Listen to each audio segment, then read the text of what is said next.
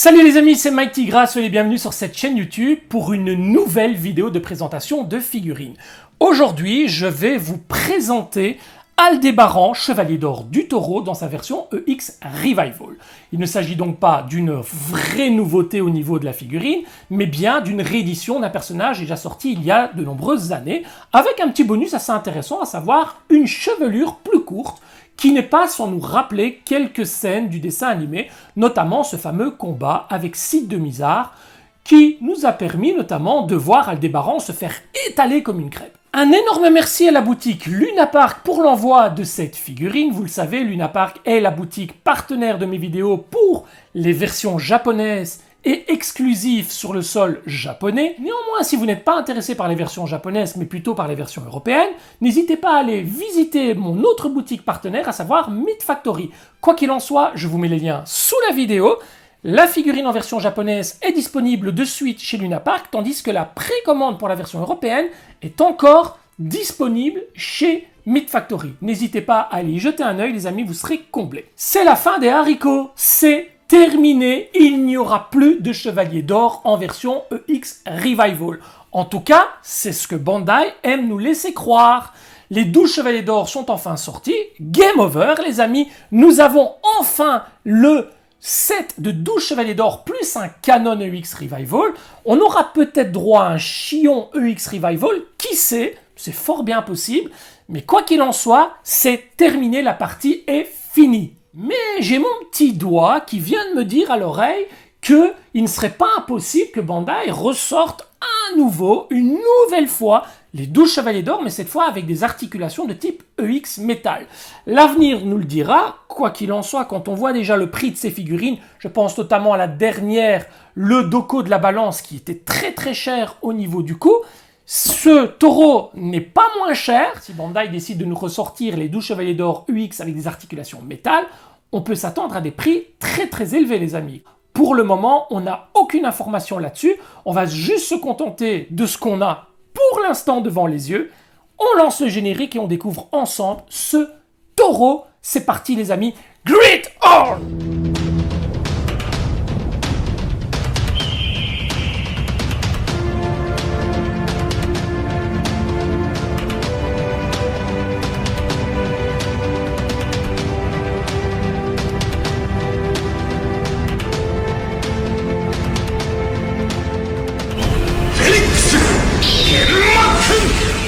Déroge absolument pas à la règle pour cette boîte du Chevalier du Taureau. On a donc droit à une Pandora Box recouverte tout simplement d'une espèce de cover en carton IP légèrement transparent et brillant.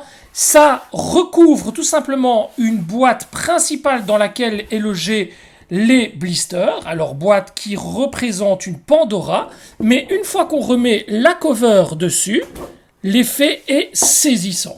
On a donc Aldébaran dans une position très neutre, sans sa cape sur la face avant, la constellation du taureau juste là, tous les logos habituels bien entendu autour. Sur le côté, la forme objet du taureau plus communément appelée totem. Sur l'autre côté, la fameuse pose d'Aldébaran bras croisés qui s'apprête à dégager son attaque, ici nommée Great Horn. Sur l'arrière de la boîte, nous retrouvons Aldébaran casque en main avec sa longue chevelure ainsi que sa cape, les 5 visages.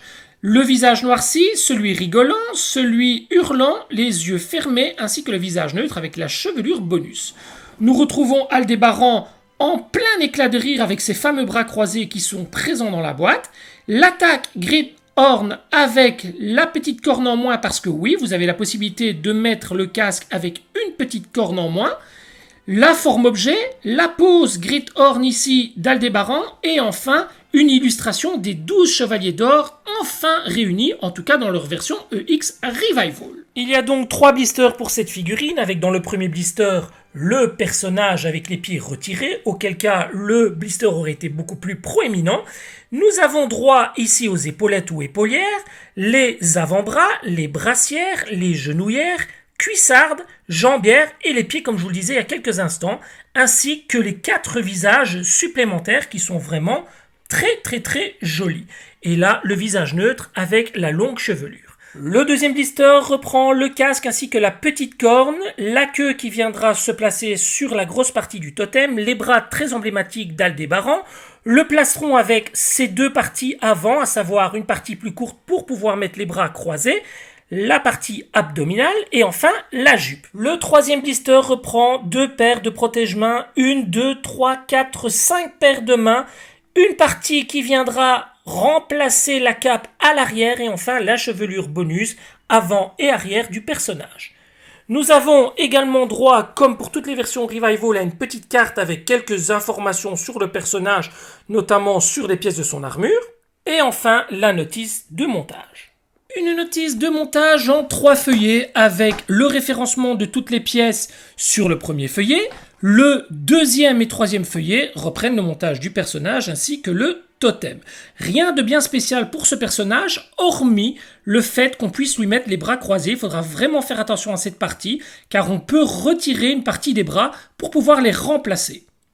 Sur l'arrière, nous retrouvons la suite et la fin du montage du totem. Le personnage est sorti de boîte et vous voyez, il est vraiment très imposant.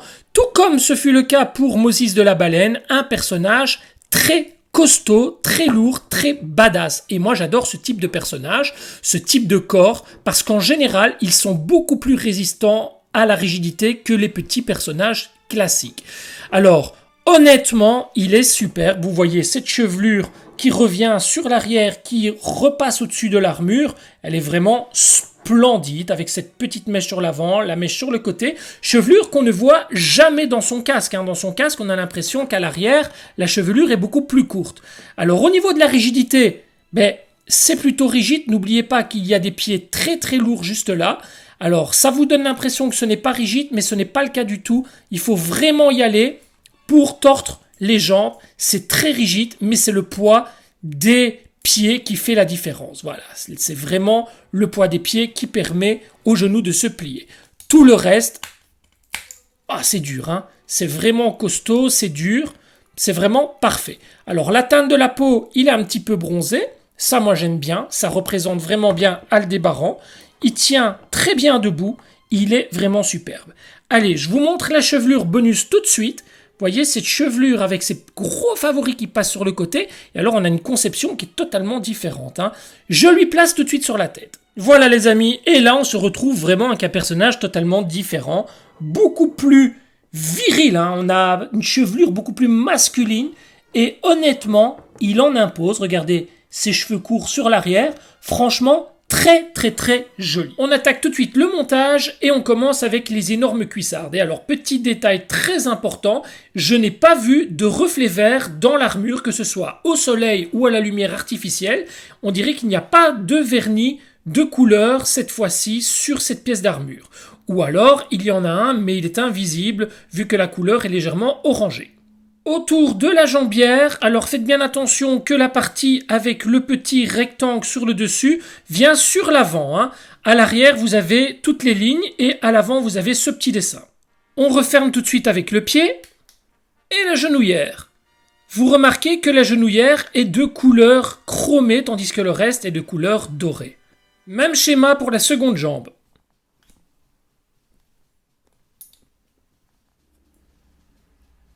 On enchaîne le premier bras avec la brassière. On enchaîne avec l'avant-bras avec le coude directement intégré, à savoir cette pointe qui est identique à la pointe qu'il y a sur les genoux. Alors, vous ne saurez pas la placer de cette manière, auquel cas la boule ici n'apparaîtra pas suffisamment pour pouvoir placer le point. C'est un petit peu dommage. Donc vous allez être obligé de la mettre dans le bon sens, comme ceci. Et malheureusement, il faudra jouer de la pose pour pouvoir faire tourner la pièce, que ce soit plus esthétique. On referme avec le point directement et on peut tout de suite placer le protège-main. Même chose pour le second bras.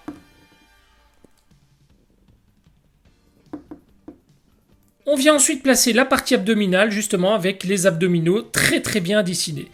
Alors en deux parties, bien entendu, on relève le corps, on vient placer la partie comme ceci, et on vient la refermer par l'arrière. Vous voyez qu'elle dépasse légèrement sur la taille. Ensuite, on referme. On récupère le plastron, vous n'êtes pas obligé de retirer cette partie sur l'avant, si vous laissez cette partie justement.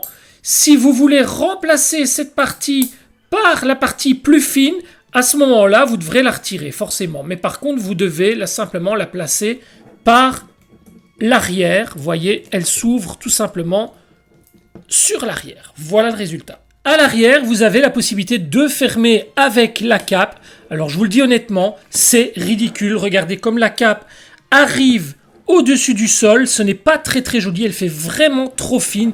Moi, perso, je n'aime pas du tout. Vous la retrouverez bien entendu dans la partie posing en série. Mais pour le moment, je ne vais pas la placer. Et je vais la remplacer par la pièce qui vient simplement fermer le dos. On récupère l'énorme ceinture. On retire la partie avant, donc avec une main de Lego, très très simple. La petite pièce sur le dessus qui vient se coulisser.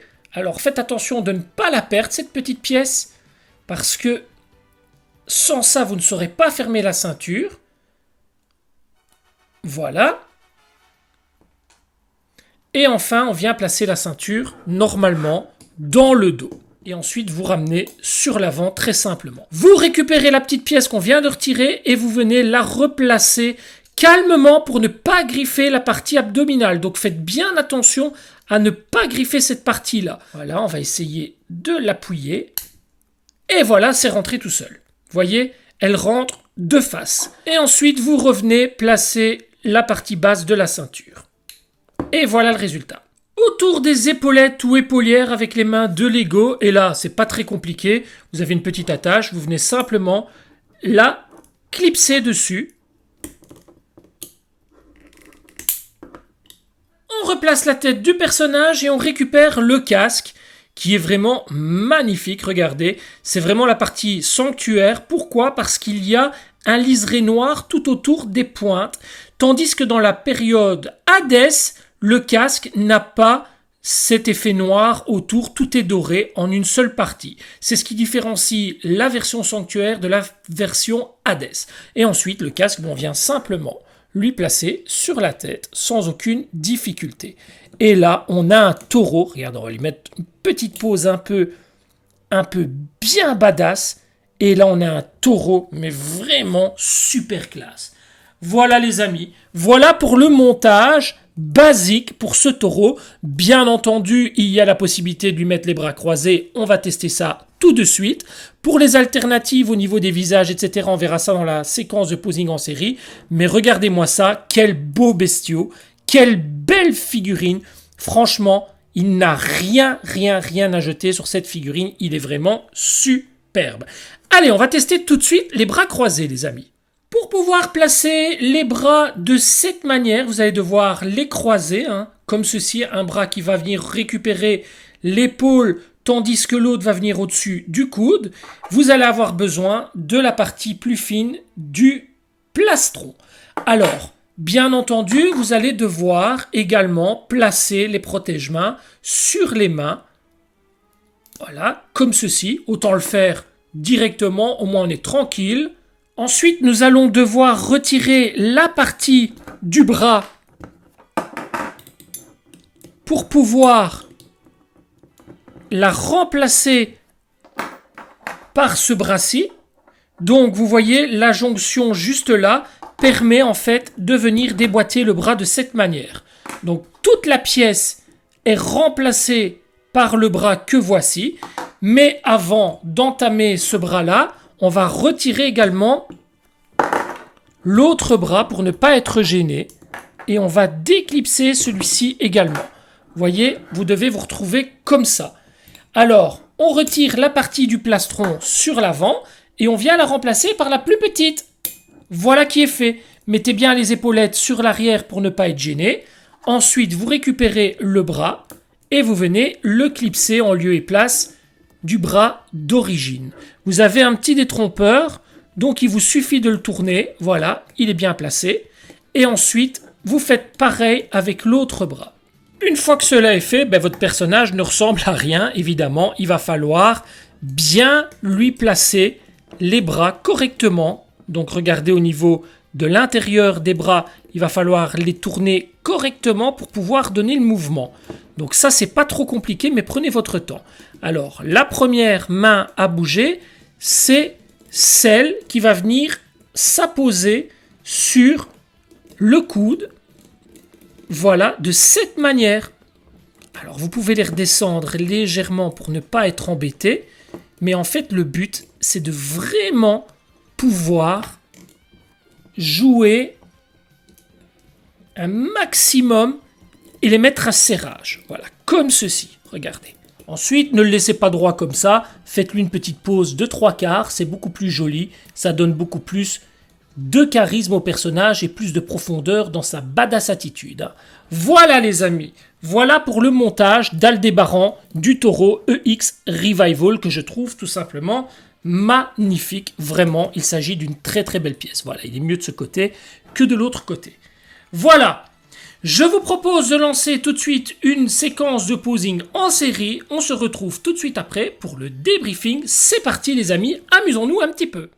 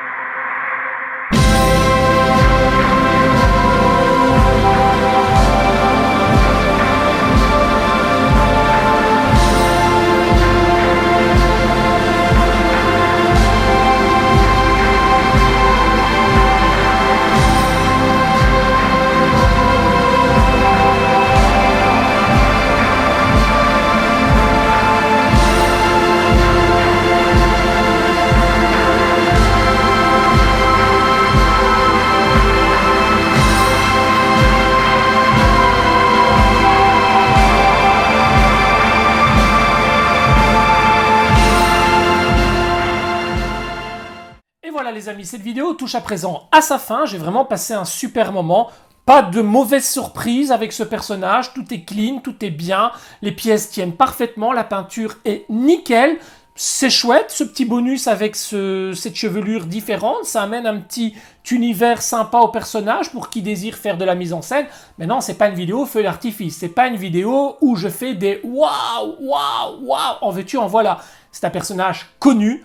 On l'a déjà vu à maintes et maintes reprises. D'ailleurs, si vous voulez d'autres poses que celles que vous trouverez dans la séquence de posing en série de cette vidéo, n'hésitez pas à aller voir par exemple ma vidéo sur la version OCE de ce personnage. Sur cette chaîne, vous allez voir, il y a pas mal de poses que je n'ai pas reproduites. Je ne suis pas tombé dans le piège du déjà vu, déjà refait.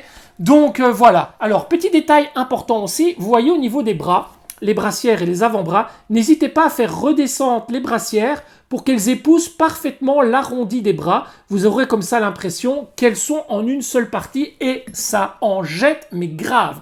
Regardez-moi ce charisme une fois qu'il a son bras complet en une seule partie, ça donne vraiment toute la badass attitude du personnage. Voilà, une très très bonne figurine, mis à part une tarification un peu haute, il faut quand même bien se le dire. J'espère que Bandai ne va pas s'amuser à nous ressortir toute cette collection en version EX Metal, parce que là, ça deviendrait de la foutaise complète. Ce serait bien qu'ils nous sortent quelques exclusivités. On attend quand même certains personnages d'Asgard, comme Fenrir, Mime. Ce serait quand même bien de continuer les autres gammes et de pas toujours refaire les mêmes gammes avec quelques petites différences inutiles, surtout au niveau du coût. Voilà les amis, c'est tout pour moi pour cette vidéo. J'espère que vous êtes bien amusés. N'oubliez pas, si ce n'est pas encore fait, de vous abonner à la chaîne, d'activer la petite clochette pour les notifications, laissez un pouce, un commentaire. Moi de mon côté, je vous embrasse et je vous souhaite encore de très bonnes vacances si vous êtes encore en vacances. On se retrouve très bientôt. N'oubliez surtout pas de prendre soin de vos proches et votre famille. C'est là tout l'essentiel les amis. Merci encore pour votre fidélité. Ciao ciao.